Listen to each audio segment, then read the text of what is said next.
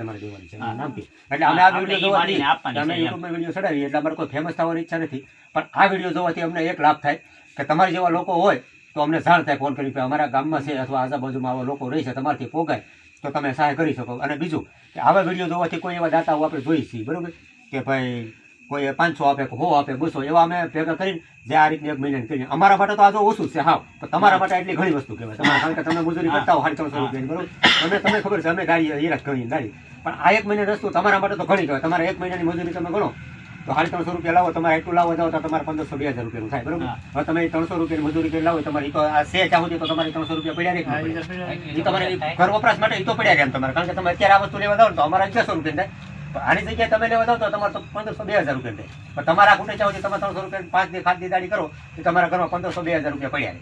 એટલે મતલબ વિડીયો ઉતારવાનું કારણ આ જ છે ને કે સેવા કરવા તો તમે જોવો છો. આપણે બાજુમાં પોપટભાઈ પાવડે છે જોયું ને, આપણે ગાંડાની હોસ્પિટલ કરીને બેઠા, પછી મજ પછી બાપુ કરીને છે વૃદ્ધાશ્રમ કરીને બેઠા, પછી અરગણી આશ્રમ પાવટી, એ લોકો છે એ તો હા એની આગળ તો આપણે કાંઈ ન કહેવાય, આ તો આપણે કાંઈ ન કહેવાય. એ લોકો તો 15 મહિના 2 મહિનાની આખી કરી, એની આગળ તો આપણે આ સેવા કાંઈ ન કહેવાય. જો કે એ સેવા કરે એની સેવા તો આપણી સેવા થાય નહીં, કારણ કે એ સેવા તો આપણે બને એટલી સેવા કરીએ. બાકી એ લોકોને તો સલામ કરવી પડે કે એની સેવા એનો પોતાનો કિંમતી સમય બગાડી જો એ સેવા કરતા હોય, અને આ સમય તો આપણે પોતાનું કામ પાડીને અમે આ 2 કલાક બગાડી, એના માટે તો આપણે ન કરીએ છીએ. આપણે આપણા મા બાપ નથી હાસવી શકતા, બરોબર. ઈવડા લોકો તો કેટલા એવો વૃદ્ધાશ્રમમાં કેટલા લોકો એવા હાસવતા હોય, બરોબર.